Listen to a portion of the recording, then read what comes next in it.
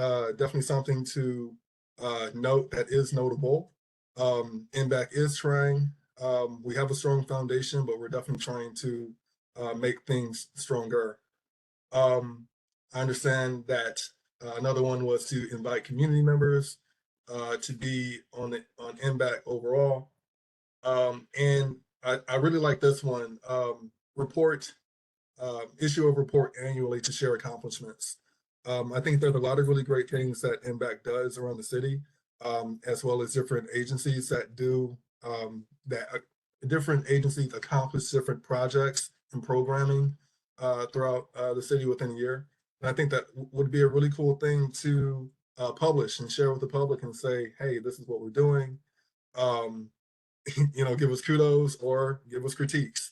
Whichever way, I think it would be a really healthy way to share that the commission is accountable and also active in the community, in the city as a whole.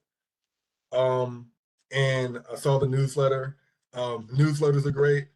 We just need more commissioners to jump on in, and then we can definitely, start producing something like that. But really great feedback. Another thing that I thought was very interesting was this big question: would you like to make a recommendation for a chair or a commissioner to NBAC? It was surprising that a large percentage of people actually said no.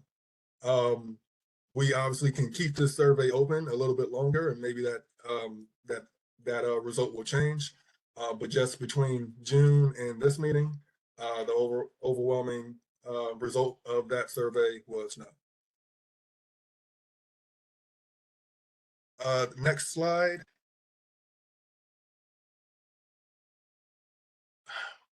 Continuing on with the survey, we asked what commissioner roles or representatives do you believe are currently missing from NBAC, and are there any positions you believe are superfluous?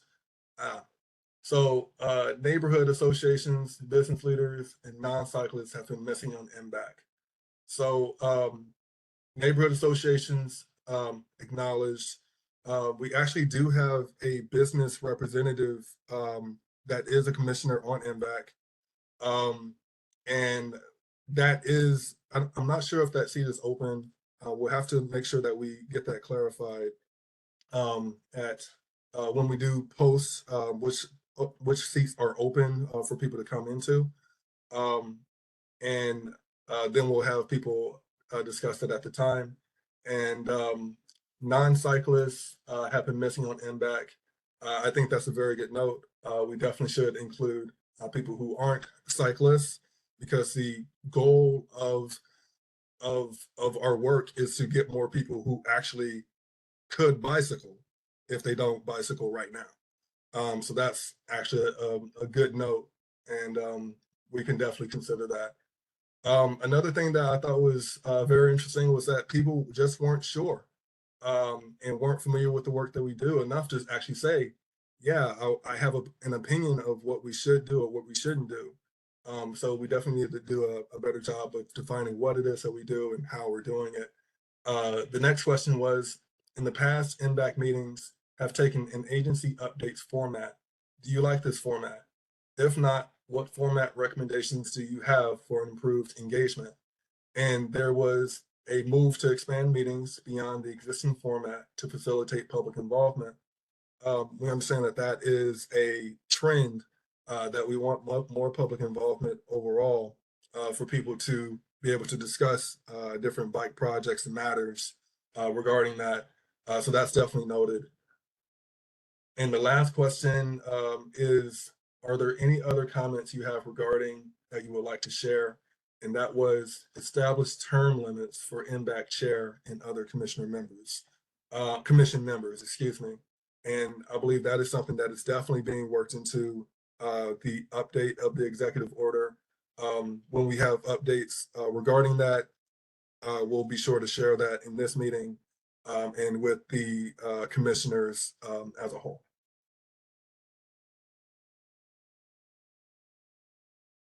Oh, I actually would like to say that in terms of questions, I do see that there are a number of hands up. I'm not ignoring them, but I just want to make sure that we get through our slides, and then at the end of the meeting, we'll open the floor to we'll provide a public forum so that everyone can speak and ask questions.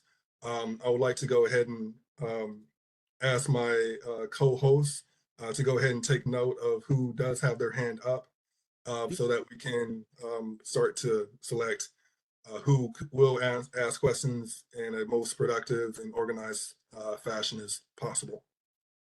Actually, I do wonder if the questions are specific to the report out from the survey results so far, whether Yeah. it would be appropriate to have a period of time for questions now before we move into the project updates, because I expect that the project updates will have their own set of questions. But we could always set a time limit on it. Okay. So that we can get to the other items on the agenda in a timely way. Yeah, I think that's great. I think we should do that.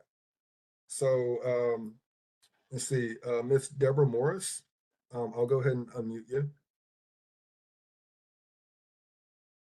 Yes, ma'am. Good afternoon. I'm Deborah Morris, and I guess I'm unfamiliar with your organization, period. Number one, can you tell me where you get your funding from? Number two, is there a law or ordinance in the state and the city of Baltimore in terms that puts you on an ordinance that puts your group together? And if so, who is your regulatory authority? And the final first or part of this is you, I assume, put together a survey and you reached out to individuals in the community. How did you do that? Just via internet, or did you go out actually on the streets and ask individuals about their thoughts on biking? And did you pull out any statistics from National Biking Association about information that would be relevant to your group?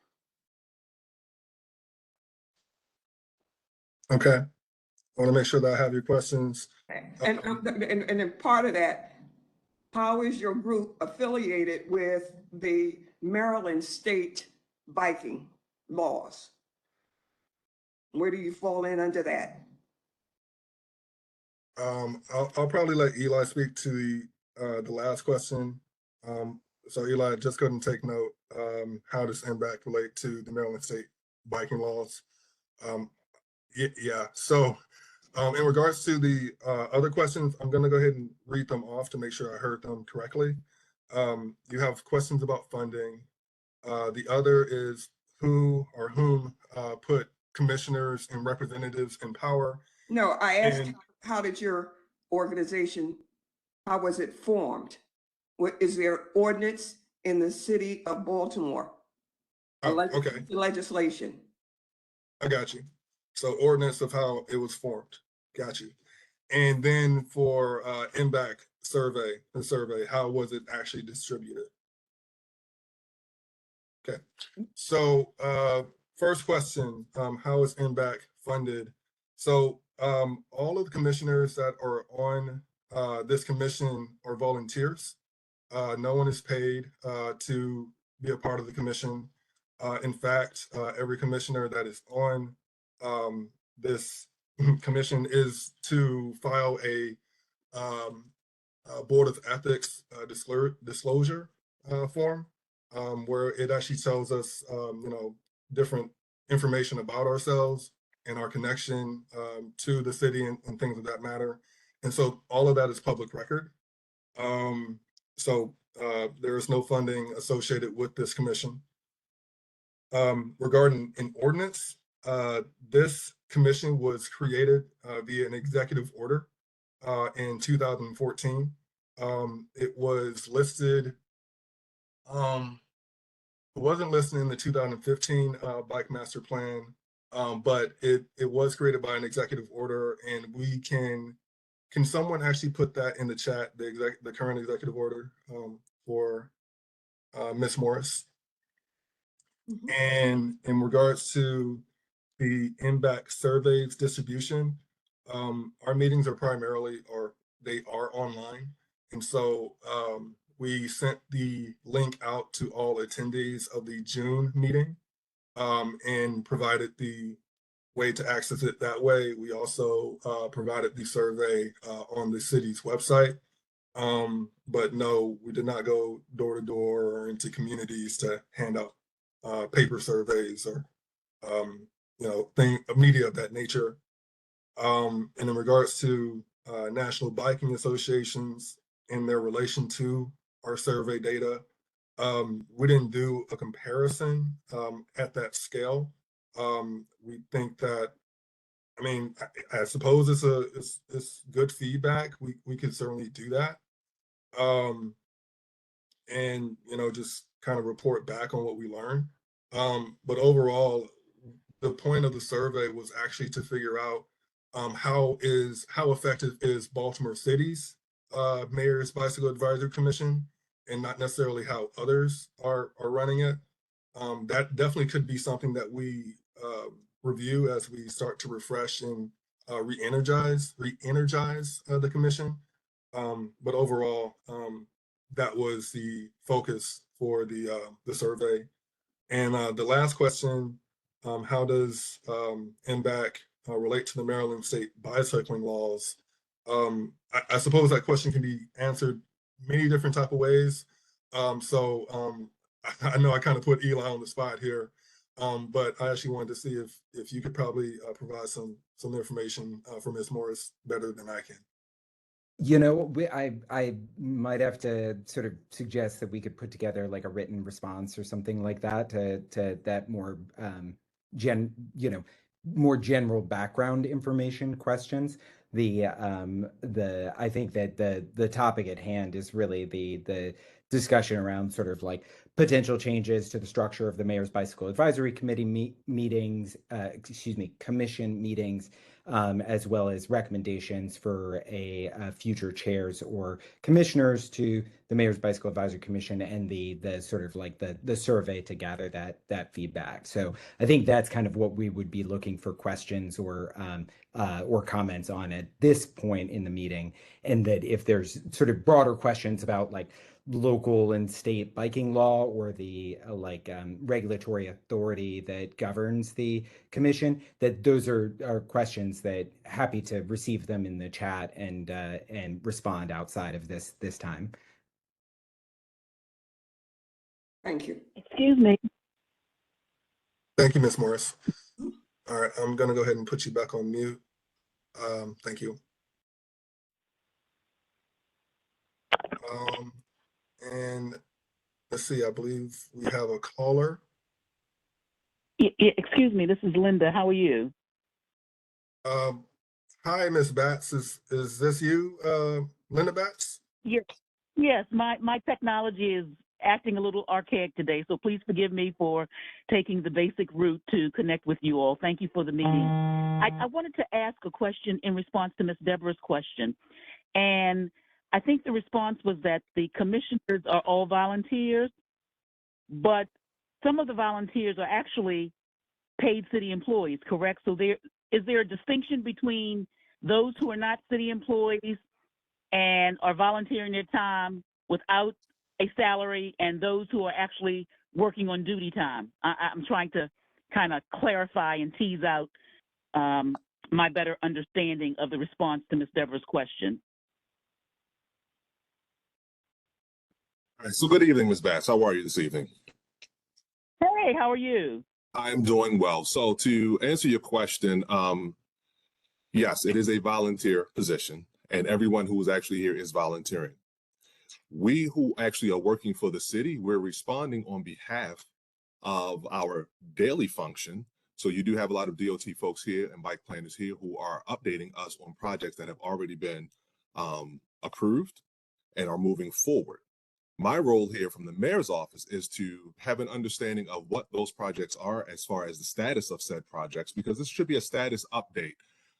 We're here to talk about things that have already been approved and things that are moving forward.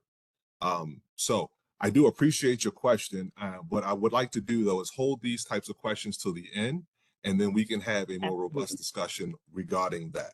We do have a Yes. packed agenda, and the goal of this meeting is to update those folks who are part of the advisory commission on where we stand on particular projects that have already been approved and funded through the normal funding process within the city. Understood. Thank you. Thank you. And so with that, Mr. Robinson, I'll go ahead and we'll close the feedback period for this. I understand there's somebody with a 443 ending in 42 number that also has their hand raised. We'll keep your hand raised for now. But So we'll hold go your ahead. question till the end, and then we will, at the end, we will allow for some time for additional feedback. As stated, we do have several projects that we're going to receive updates on. So we do expect that there'll be several questions based on those as well. So, but thank you. Are you all able to hear me? This is Lakeisha Henderson, Commissioner. Yes, ma'am. That was me on the call. You asked about the Okay. phone number, and you also asked about the initial unmuting, and I just wanted to let you guys know that I am present via the telephone listening in. So I don't have a question, but I just wanted to acknowledge the roll call and my presence here. Thank And you I'll very much, step off. Lakeisha. Yeah. Mhm. All right. Thank you, Lakeisha. And so actually, let me clarify. So Lakeisha is our business representative of Bike and Brunch Tours. So thank you, Lakeisha.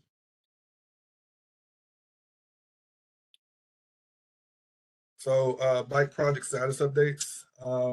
Baltimore Greenway Trail.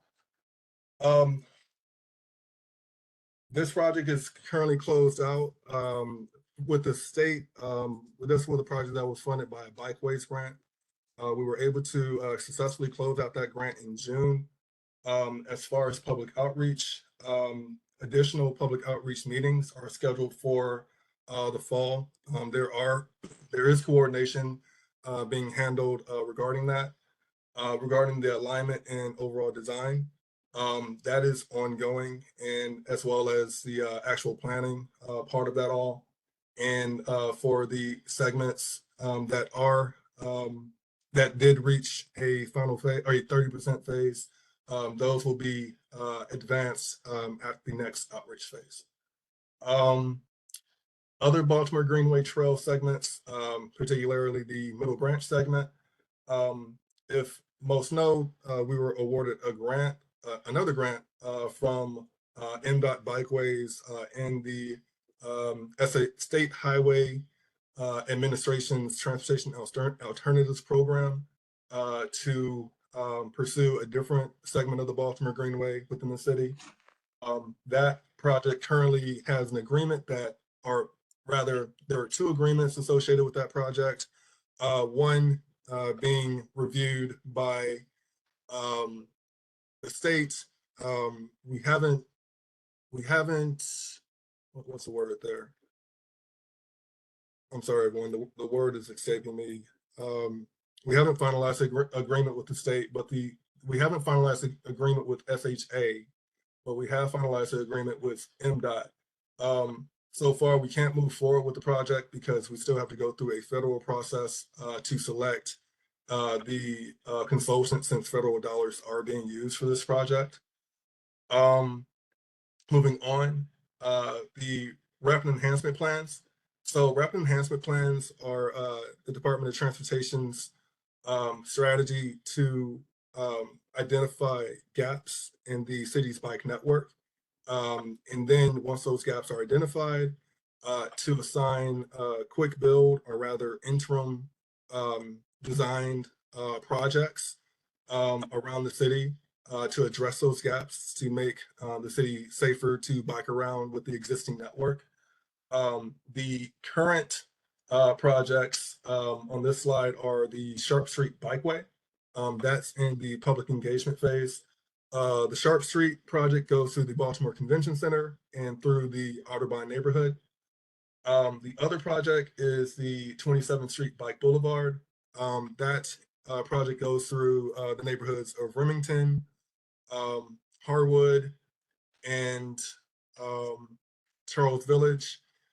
And there's another that's escaping me, but if you have questions, feel free to contact me directly and I can provide you more information. The next project is the Wabash Avenue Multimodal Improvement Studies, excuse me. Last week we had the open house for that project. And currently the interagency, meaning different agencies like the Department of Public Works, Department of Planning, the Parking Authority, Fire Department, EMS, folks like that, their comment period is currently open and the plan is going to be distributed for their review and commenting. In addition, the public comment period is also open for this plan. It will be closed on September 15th. But if you would like to see that plan, you can go up to the streets of Baltimore.com and find Wabash Avenue Multimodal Improvement Study. And there's a way for you to submit comments at the bottom of that webpage. The other project is the Martin Luther King Jr. Boulevard Side Path. That project is also that project is also a Bikeways SHA funded project. It also is going through a two-tier selection process due to those federal dollars being incorporated with the project. And again, those grants are being reviewed. And for those of you who aren't familiar with the Martin Luther King Jr. Boulevard Side Path, so that project was, the 30% plan was completed, I believe, in 2018 after a lengthy public engagement process where numerous parties were contacted. This phase of the project would be taking it up from 30% up to 100%. Again, more information will be made available in time. Project status updates continued. So Utah Place separated bike lanes.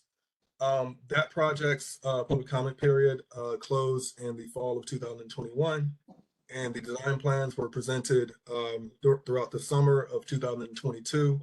And we did receive feedback from numerous groups that actually ended up putting the project on hold. In the interim, we do understand that we do need to do pointed stakeholder outreach, of which we are planning to meet with specific groups to hear those concerns. Additionally, there is a parking study that is being organized and completed for the Utah Place Median Park corridor segment so that we can get data on the parking utilization on that corridor or that segment of the project, which is broken up into 3 segments. The New Streets of Baltimore project website was published, and you can go to the website to check out that. The Wolf and Washington Bikeway study, the 30% design plans were completed in accordance with the grant, which was to closed out by June 30th. That project was successfully closed out, and we will be advancing that design from the 30% to the 100% design beginning this winter. The Druid Park Lake Drive study, funding for the 30% design has been allocated in the 2024 capital improvement program.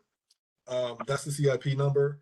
For those who aren't familiar with that project is currently at a 15% design stage. And that study was completed, I think, in 2021. I will need to verify that number, but you can always contact me directly for that information, or rather, I can put you in contact with the project manager for that project. The biggest update for that is the Department of Transportation is actually pursuing a Reconnecting Communities grant for that.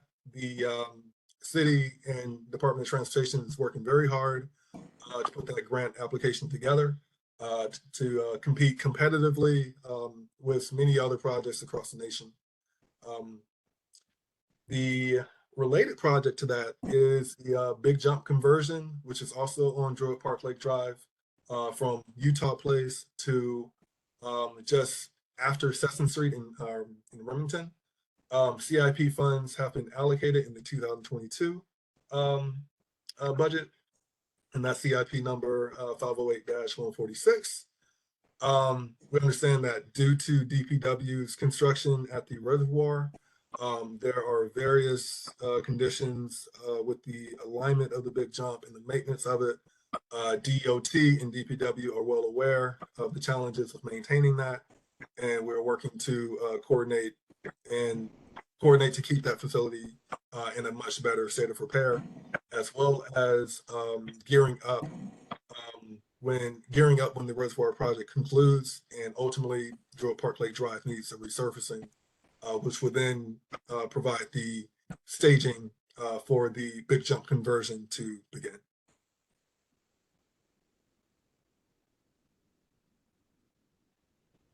And so this is a new slide that hasn't necessarily been provided in the past.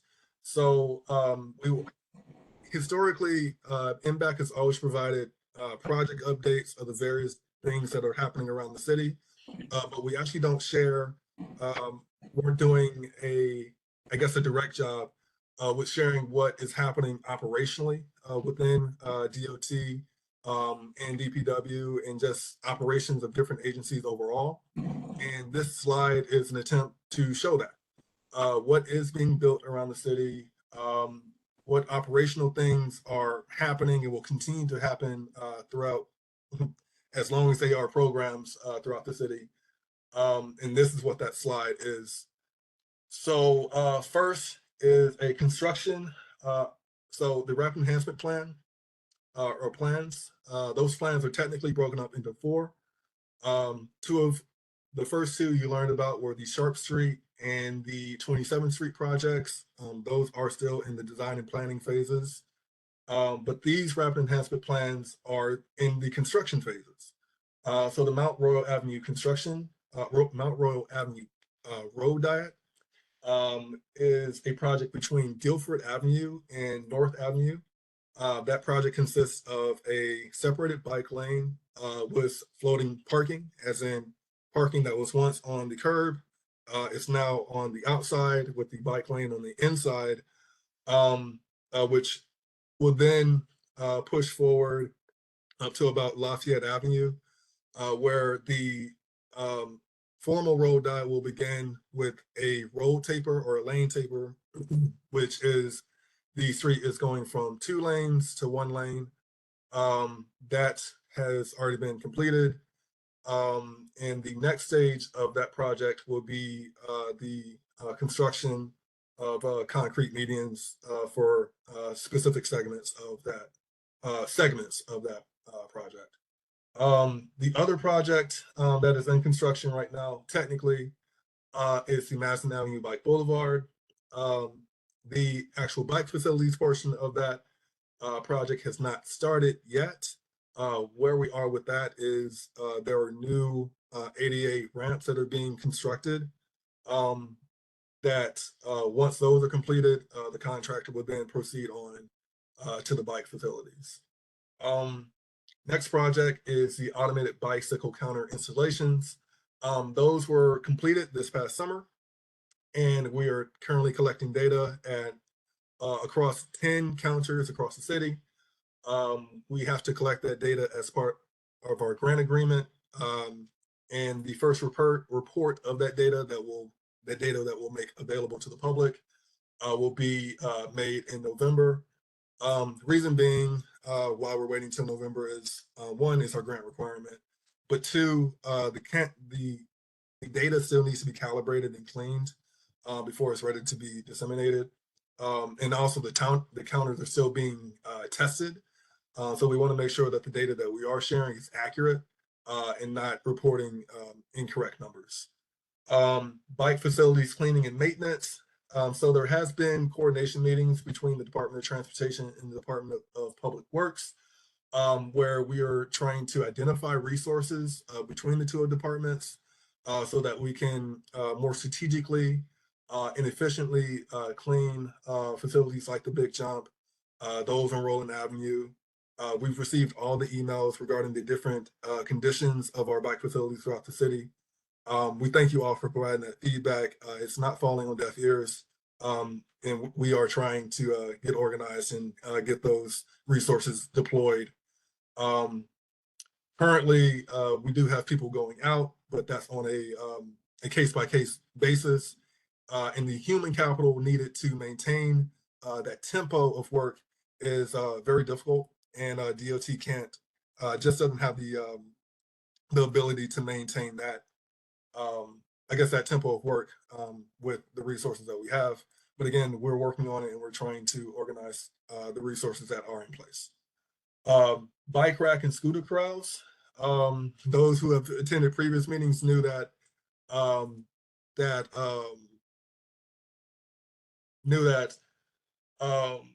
installation of racks was trying because we didn't have actual racks. Those racks have been procured, and we have been installing them ferociously, thanks to on-site consultants that have been able to take some of that work off of the bike team and different DOT staff. The response time has improved significantly. And now that we're caught up with those installations in that backlog, we're now going to transition back to quarterly installations so that we can manage our resources and staff resources or staff capital as efficiently, as effectively as possible, while also delivering on the expectations of those who apply for racks. Windfalls Trail trees down. Actually, is there anyone from the Baltimore City Rec Parks to provide an update? I understand that there was an email chain regarding that. Okay, great. Thank you. And I got you, Kenny. Hi there. Hi, my name's Kenny. I'm the new trail naturalist, starting my second week with Rec and Parks. So starting pretty much on my first day, I started hearing about some of these down trees. I've been out inspecting trails around Lincoln Park, getting some photos, and trying to move things along as best as I can. I'm still getting the lay of the land a little bit, but literally and figuratively. But hopefully we're meeting with our park. We have a park maintenance meeting that happens every week that I will be advocating for moving this along. That meeting is tomorrow morning. So if maybe I can share with the commissioners if I do get some updates at that meeting. What I have heard on my end is that within Rec and Parks, the forestry team are the ones that are more capable of handling some of those large trees. I still need to get trained on chainsaw, and eventually I will be the one handling some of the smaller, like day-to-day things with trail maintenance. But as far as the big stuff, forestry is also doing their best to get to it when they can. A lot of the service requests have already been put in and being reviewed, and that's the update that I have. But again, brand new to the position, and welcome any feedback, and also 311 reports to keep on. As these issues come up, we can get to them. So that's the update I have. But thank you for welcoming me. I'm going to be here on this, attending these meetings going forward. Okay, fantastic. Yes, And thank we you. are, Welcome. Thank you. yeah, and we are looking for a new Rec and Park commissioner or representative, since you work for an agency. But Okay, great. That's good to know. I will keep that in mind. Thank you. I am a Yeah, you're cyclist, welcome. so yeah, as anything I can do to help. Thank you. Wait, so it's funny that you were the last person speaking. So next up is new hiring and opening positions, or open positions, I guess is what it should say. Kenny, thank you for speaking and sharing your update with and back here. Other folks that we have are a new bike planner named John Leishman. He's joining us from Hartford County. He's very excited. He is in training. He's learning a lot, but he has a lot of enthusiasm. So you'll be seeing him in the maybe the next meeting to report out on some things. But stay tuned. The Department of Planning actually has another planner for the Southwest Partnership District, and also for the Greenways Trail. So that's great. We're really looking forward to working with Nick to help us advance the design and also work with the community on the various different segments throughout the city. And we also have Mr. I'm going to unmute you, Mike. Michael Kabid. Did I say that correctly? Okay. Michael Kabid. He is our new shared mobility manager. In the future, you'll be seeing updates regarding the scooter share and bike share and different assisted mobility devices throughout the city. We'll have that data back up just as we have had in the past. And with that stated, I'd like to bridge over to Michael to tell us a little bit more about the Better Bike Share program. Hey, okay, awesome. Thank you, Patrick. Yeah, my name is Michael Cabetta. As Patrick mentioned, I am the new mobility manager. So my focus primarily on the e-scooters and the e-bikes, as well as promoting any type of micro-mobility use that can help the Complete Streets program. So I've been here now for roughly 1 month, and yeah, I'm really happy to be here and to be a part of this team. Similar to what Kenny said, any advice or wisdom that anyone here is willing to pass along is more than welcome. So to touch on the Better Bike Share program partnership, we recently received a grant, which is really exciting. And part of that grant is to, like I mentioned earlier, promote micromobility. And part of that grant that we received is going specifically towards bike lane cleaning. So we're right now strategizing ways that we're going to use the funds, whether that's to find volunteers or to get more equipment that can clean the bikes more efficiently instead of just sweeping. Anything that can kind of create lasting results is definitely what we're geared towards. We're also looking into partnering with other community organizations to host events for these cleanup events. And to determine the locations that probably need the most attention first. So in the next coming weeks, you guys will be receiving some information about where we plan on hosting the events. If you guys are interested, obviously how you can participate in the events, and we'll be going from there. So once again, it was nice meeting everyone here, and I'm going to pass it back to Patrick. All right, fantastic. So let's see. So with that stated, we have accomplished all of the different meeting items. We've discussed them, and now let's just open the floor for comments. I'm going to, let's see, let's start at the cell phone number ending at 42.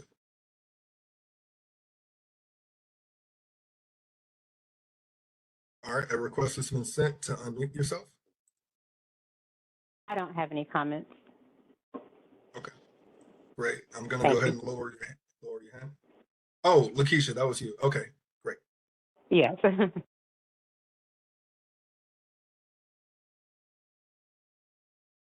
Okay, we have Miss Deborah Morris. Again, since you've spoken, I'm actually gonna just hold off and have you go after Mr. Reed and Mr. Hamza, but we'll make sure to circle back to you, Ms. Morris.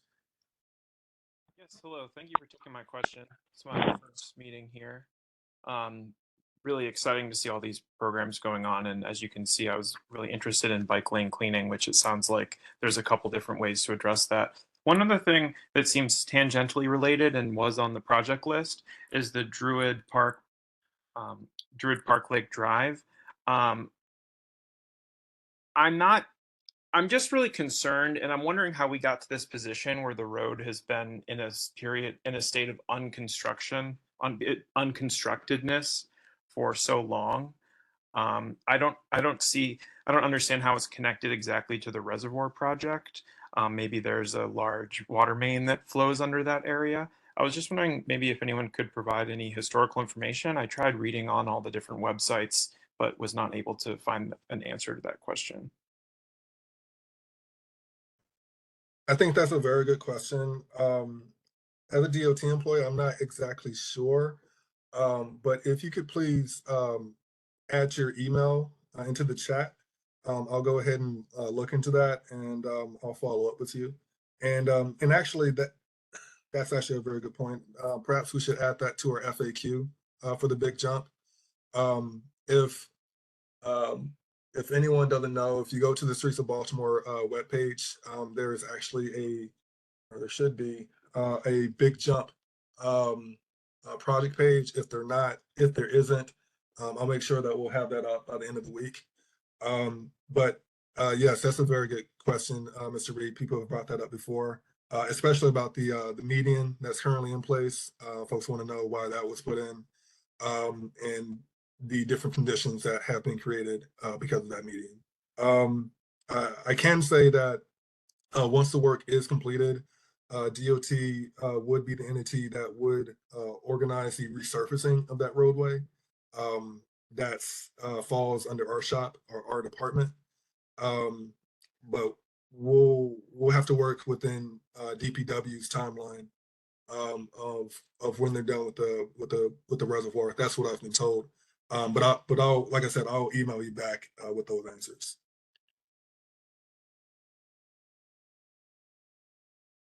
Was that everything? Or what was that your only question? Yes, thank you very much. Okay, great. Thank you, sir.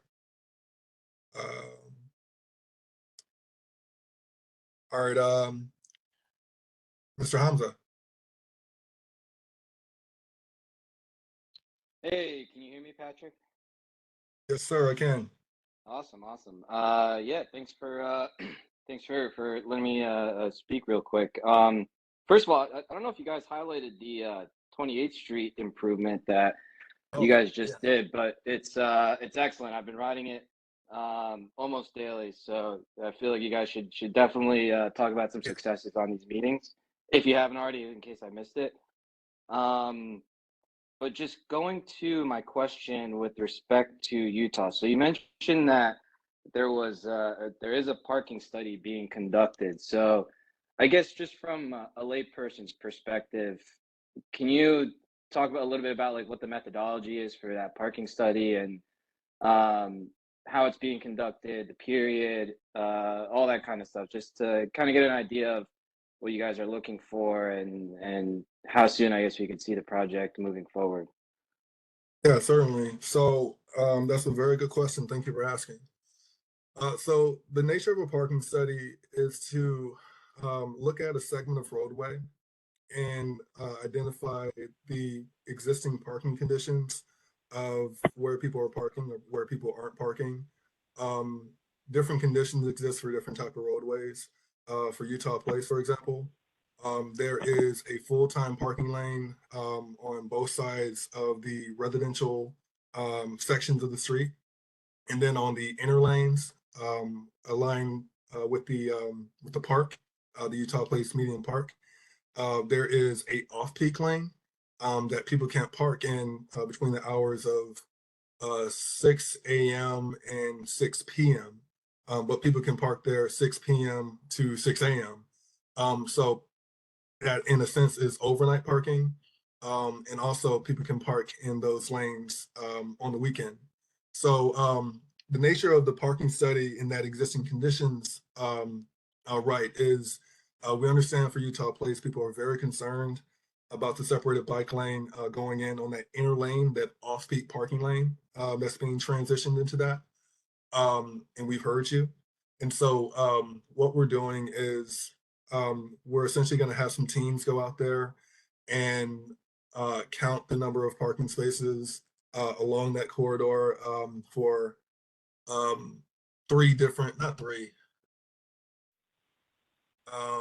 I think 4 different scenarios. One being in the evening into the night, when people come home from work and need to park their cars at night, would be one scenario where we do counts. Another one would be when church is in service. We understand that people have concerns regarding that. That, lots of people drive in from the county or different parts of the city or outside the county for that matter to go to the churches out there, because there's a lot of big historically Black churches in the area. We want to make sure that we're not impacting them in the way that we do this project. Another scenario is just looking at the parking on the weekends overall. And so we'll go out there in a specific time frame and do collections there. And I think there's 2 other occasions. The other one being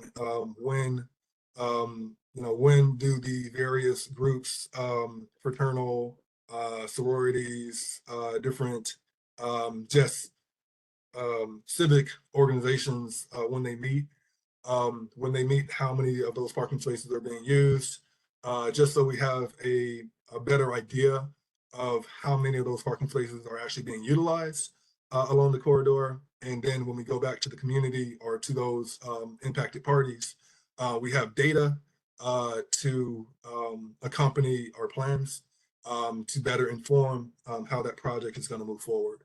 And so that's the whole goal of the parking study, to one, listen to the community that, hey, you are concerned about parking in that area. Yes, we understand. 2, putting work behind those words that we're going to try to do something about that or understand those conditions. And 3, having data to share regarding how parking is used in that off-peak parking lane. Got it. And Patrick, if I could just ask a quick follow-up question as well.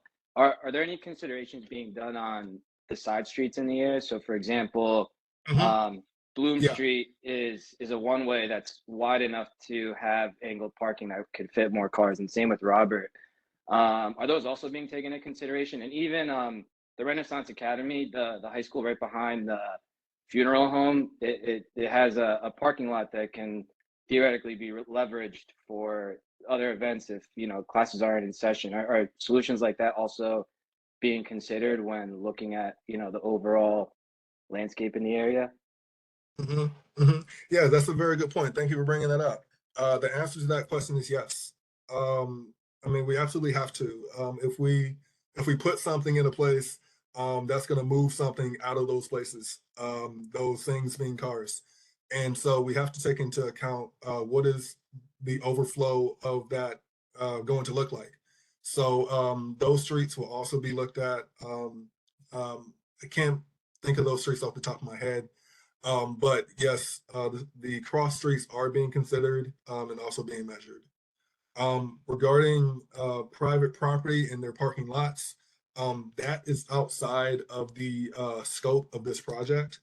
We can certainly add it onto the report and say that, hey, these different private properties like the Renaissance Academy and different churches have these parking lots, but it would be on the honest or desire of the of those private property owners to provide their lots. But we do understand that those lots do exist. Okay, awesome. Thanks, Patrick. I appreciate it. That's all I have for now. Yeah, thanks. I'm gonna go ahead and lower your hand, Eli, and promoting you, Mr. Weeks, requesting that you come off mute. Hey, Patrick, thanks. I was just going to answer the question of the other folks that asked about Drip Park Lake Drive. That work is directly related to the tanks. There's a large water main that connects from those tanks to the Vernon pumping station in the valley, sort of just below the Jones Falls Expressway. And that whole pipe had to basically be built to connect to the tanks. And so that's why there's that sort of large median and detour of traffic there. So that is very much a part of the DPW project. And we are sort of at the mercy of DPW and the contractors there concluding that work to restore the big jump to its former glory and resurface the street for all the drivers that are hitting all the potholes there. So it's not on DOT at the moment, but I have faith that DOT is working very hard to try to get that stuff moving forward and all of that restored. Fantastic. Thank you, Jed. I really appreciate that. So I'm going to go ahead and lower your hand. And before I move forward, I just want to reiterate that the focus on this Q&A is to discuss the projects that were presented today. We're on construction and operations updates, but I can always go back to the project status updates as well. Just let me know and I'll slip to the slide. That stated, Ms. Morris, I'll put a request for you to come off mute. Deborah Morris. I'm in the old Bolton Hill community, which is part of the Utah Place biking situation. I'm sitting here with a commission that told me, in essence, that you don't have regulations in place for biking, period. But you're offering to put a vehicle in place to safeguard them, those bikers, at the expense of not undermining the laws of Maryland. That's number one. Number two, you're doing it at the expense. Let me ask the DOT person and the city official. Are you aware that there is a class action suit against the city and city council for ADA? There's an order that every curb and every street in this city must be accommodable to ADA. Now you're talking about you're putting money out, putting bike lanes in, but you have not put the streets in nor the curbs, directly against the law. So can you explain to me what's up? You're issuing money. You have not done surveys within the people, and I can only speak with Bolton Hill because you certainly haven't come and talked with me. You have not presented any information, and when you sent one out to meet with us, and I say us, the people who were on Utah Place at Prince Hall specifically, which is on Utah Place,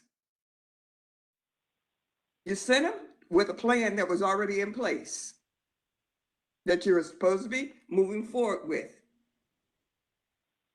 And you're talking about sending somebody else out to do surveys, and you haven't done the streets, and you haven't done the curb, nothing in place. So I guess I need to go back into court because our pictures are within this civil suit, class action suit, that it has not been done. But you're talking about putting bike lanes in, using money to put bike lanes in. So if I may, Ms. Morris, good evening. Just want to reiterate that this is really an advisory committee. We're not the ones who actually are making the decision. These decisions have already been made. However, you do have some valid concerns, and we are aware that there's an ADA concern that is out there. We cannot speak on it because, as you stated, it is active litigation. So, but with that, what I would like to do though is get your direct email so that you and I can have some conversations, so I can make sure that you get the right answers that you're looking for to the questions that you're posing today. All valid questions, but I don't believe that this is the forum for us to be able to discuss those responses. But I'm more than happy to work with you to get you the answers that you are looking for. That's fine. Okay, well, thank you. Mhm. Thank you, Ms. Morris. Hi, this is Linda. I do have a question when you will allow me to ask it. Yes, Ms. Bass, is your question related to the updates on the projects that we presented today? Absolutely. Okay. You want me to ask it now? Yes, ma'am. Now is a good time. Okay, thank you. I'm just wondering if when we talk about many of these projects, or actually all of them, that have been subject to grant funding, if there is a way that you can publicly post for any interested audience the grant that has been awarded, you know, the scope of the grant, the amount of funding, the conditions required subject to the grant, and any and all updates and progress reports attendant to the issuance of the grant.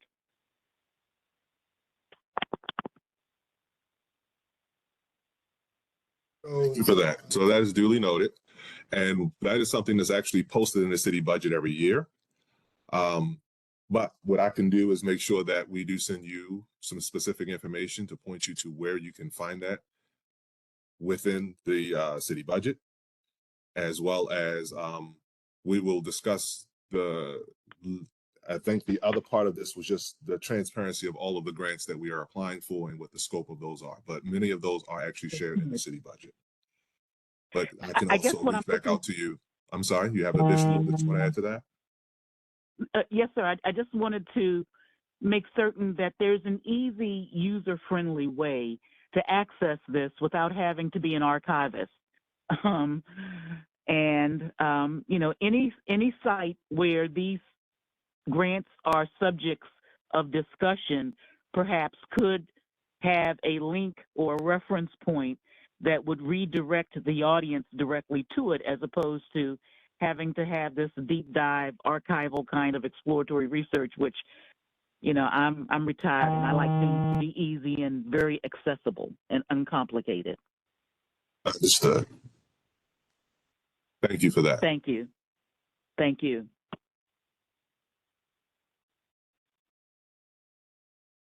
Thank you, Mr. Robson. Ms. Morris, I believe your question was answered. Are you okay with me placing you back on mute and lowering your hand? Okay, great. Thank you, Ms. Morris. Omar. Thanks, Patrick. I just had one other follow-up question with respect to Utah. Is that also going to come with resurfacing as well? Because I know certain sections of Utah, especially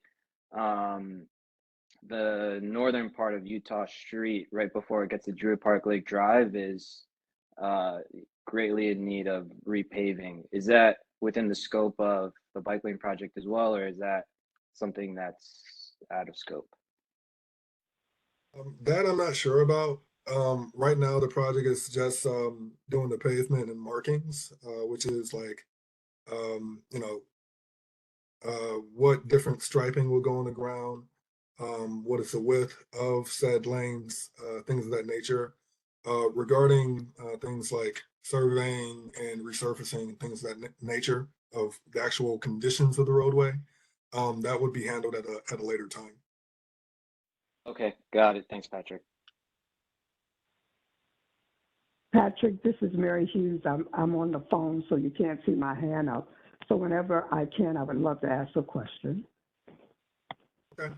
Yeah, I appreciate that, Ms. Hughes. Yeah, I'll put you over to the side and we'll have Jed go, Jed Weeks go, and then I'll have you go after him. Thank you so much.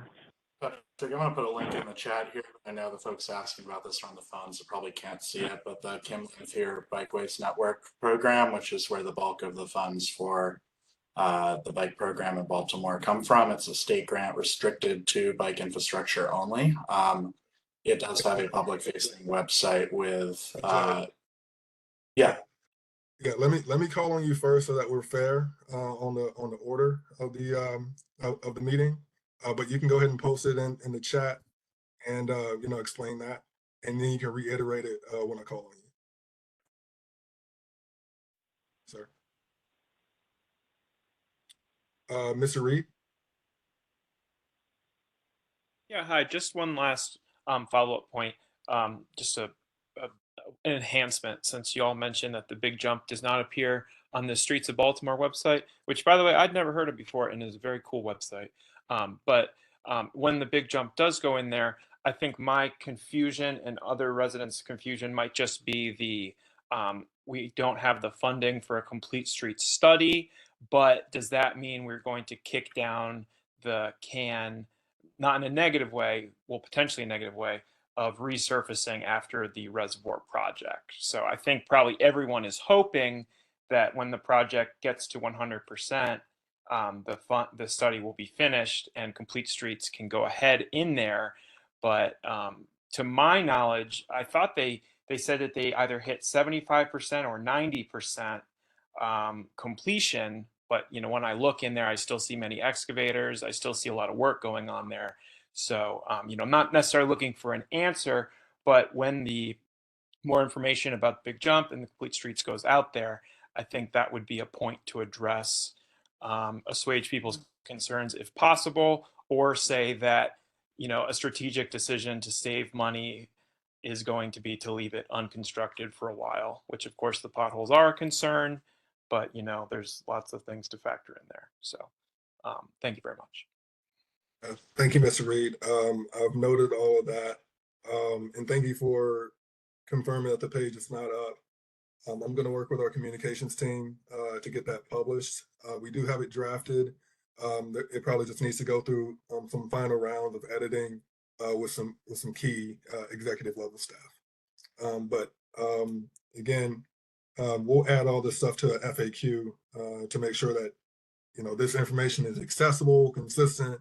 And then if we come back to NBAC and those things still aren't answered, we can actually have a pragmatic way to start addressing those questions one by one, rather than this kind of a scattershot sort of fashion. So thank you, Mr. Reed. Jed, thank you for waiting. I'm sorry, Patrick. I thought you had called on me. My bad.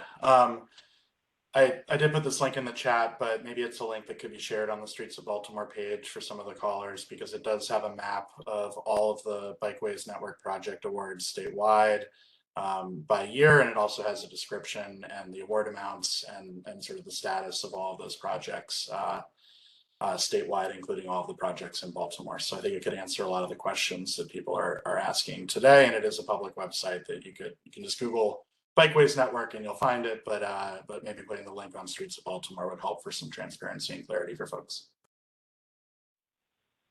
No, that's great. That's really good, Jed. And so that's actually a very good point. So Jed brings up the it's called the Ken Lafayette Bikeways Network Program awardees. It's a web map that shows where bikeway grants have been awarded across the state. This web map shows a lot of grants within Baltimore City that were excuse me, I'm so sorry. Different grants that were awarded as early as 2012. Another thing that I'll note is that the majority of DOT projects did receive bikeways money or funds at one time or another. So that's a really good way to do your archiving work if that's your thing. Or like Jed said, we'll post the link to the chat, not to the chat, to each project page. That way, like in the introduction or the background, we can put like a link that says, check out the project here or whatever have you. Yeah. Final note or an additional note on Streets of Baltimore, those are conditions, they're always evolving. They're never going to be perfect. The Streets of Baltimore is our attempt to make the project planning and outreach components of these different efforts more interactive and more, I guess, accessible. And so, yeah, I'll go ahead and take down that bikeways note. Thank you, Jen. And so, Ms. Hughes. Thank you so much. One of the purposes of your commission is to report to the mayor and advise him as to what's going on with the bike lanes and the project within Baltimore City. Do I have that correct? To advise about the progress of the bike lanes or the bike projects that have already been approved. Yes, ma'am. Okay, to advise him on that. Last time you had a meeting, one of your biggest concerns was that you were not getting enough community engagement. And I will back Ms. Morris on that because we feel the same way. And I thought by this time, there would have been something that you would have set down as an advisory board to find out how you can get community engagement, because you really haven't had that much. The other question I had, you mentioned, Patrick, about a survey going about parking cars. And you were going to do a survey to have some data regarding cars. It seems extremely concerning to me that you're going to go into a community, you're going to do a survey about cars and how it can accommodate bike lanes. And nothing in what you said indicated that you were really going to have community engagement. We talked about the churches in the area. We talked about the sorority. We talked about a number of things. I have problems with the survey or whatever that's going to be done without first having community engagement. It's interesting, too, because Rails to Trails and some of the other bike enthusiasts seem to think that Black people don't have cars. But here we are talking about the cars that's in a particular community. How are we going to accommodate the bike lanes and the cars? How are we going to exist together? And it's even more alarming to me that perhaps you will do a study, and I wish that it would not be you, but an independent company that would do it, or wouldn't be biased, a study that you're going to come in and somewhat make suggestions. Now, we can do this on certain days. We can have these cars moved on these days and whatever to accommodate what we're trying to do. If I'm wrong, Patrick, please correct me, but it seems as though you're going to come in, we're going to do a report, and we're going to figure out how to put these bike lanes in here if we have to do something about the cars parked on the street. If I'm reading you wrong, if I'm hearing you wrong, correct me. Well, it is a parking study, and it's a common way to study communities and how their parking is utilized throughout the city. The city's parking authority does it in different communities. They don't discriminate based on race, socioeconomic level, or et cetera. It's actually how a lot of the parking permits are actually. Well, I can't speak for them, so I won't speak to that. But I will say that parking utilization studies are common. Regarding community outreach, that's not something that's necessarily a common feature of those studies, because they're more quantitative in what they're collecting. Perhaps what would be better for the concerns that you're having is, once that quantitative data is collected, we then present that information to those impacted stakeholders of the, not just of the bike lane. It's sure the separated bike lane is the reason that the study is happening, because the community told us. But at the end of the day, we're doing it because the Complete Streets Ordinance is telling us that all modes of transportation must coexist on the roadways, but we must do so in a pragmatic and responsible way. And so perhaps, again, once we have the information and the data, that's the better way to have, or a different way to have community outreach and engagement based on that information that we've collected. Thank you, Patrick, but it's totally wrong. Before that study's done, there ought to be some community engagement on what the study would be doing, and there should just, it's the same same old, same old. You're putting the community at the end. You're coming back and say, here it is, guys. This is what we've discussed. This is what we've discovered. This is our data. And here it is. Accept it. No, there ought to be community engagement before any study is done. That would be a study that is truly full of facts, where you talk to people, where you've gone out, you've done your analysis and whatever. You cannot continue to leave out community engagement on things that are being done in a community. You can't do that. It's totally disrespectful. Ms. Hughes, all thank you I'm very much. saying is Ms. you're gonna- Hughes, Ms. Hughes, thank you very much for your comment. We do appreciate it. We will definitely take into consideration the things that you stated. We do have a robust plan for our community engagement. However, that is not the role of the Mayor's Bicycle Advisory Commission to do the community engagement. But I understand your frustration. That is not our role now. Let me just say this. At the last meeting, you stated, or Robinson or someone stated, no, Alan Robinson stated that it is our goal to get more community engagement. However, it is not the role of the Maryland I keep saying the Mayor's Bicycle Advisory Commission to do that.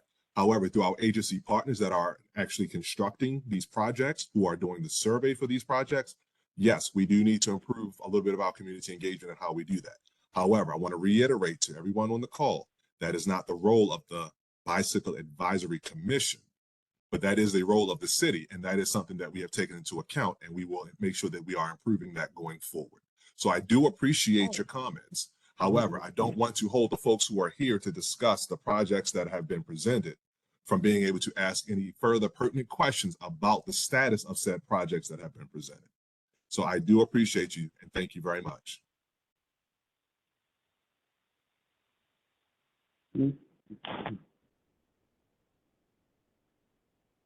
Yeah, thank you, Mr. Robinson. I do see we have another hand up. I believe that's Lakeisha, Commissioner Lakeisha. I'm taking you off mute. Correct. Hi, how are you?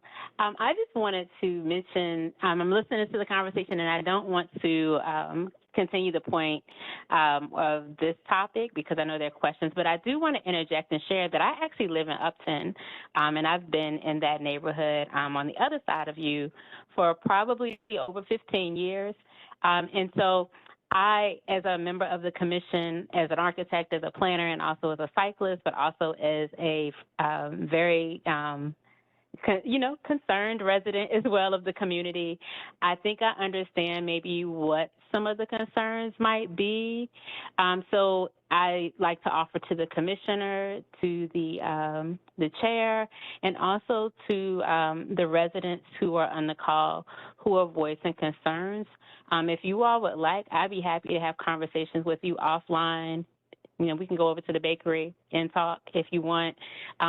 If you all deem it appropriate, I'm not familiar with the lawsuit, so I also don't want to do anything that's a breach, but I'm happy to maybe bridge some of the conversation, and then also maybe even more clearly identify, when you say the community, who you're speaking about, because I know there are organizations like Black People Ride Bikes, Baltimore Bikers. There are probably 5 different organizations in the community that also include people who are residents in the community who have participated in some feedback or even have assisted some of the, from what I understand, the people who were the contractors hired in trying to do outreach. Whether or not that meets maybe what you would want the effort to look like, if it meets those standards, I don't know. But I'd just be happy to have the conversation, and then also maybe figure out if there are specific questions, if there are specific needs, and how I, as a commissioner, and a neighbor, might also be able to help bridge that, if you like. And then the last thing I wanted to mention is I haven't heard it brought up. I don't know if this is relevant to this conversation, but Aceto, I don't know if I'm saying the name correctly, but there was a company that was hired, I want to say probably 18, 19, around that time. There was an effort by DOT. There were some studies done, and I do know that part of their scope, and Patrick was not here at this time, so I don't want him to get beat up for this.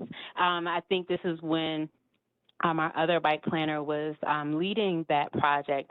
they were tasked with doing explicit community outreach to support their findings. I don't know where that study lives. I don't know what the outcome was. But again, I'd be happy to talk, weave some threads together if that's helpful. So I'll be offline, but if you'd like to share my information with the community, I'd be happy to do that. And also, you know, maybe I'll just see you in the neighborhood. Take comments offline. Well, Keisha, thank you so very much for that offer. And I'm sure that the community will take you up on that. So we do appreciate that. So it seems that we've reached the end of our agenda for today.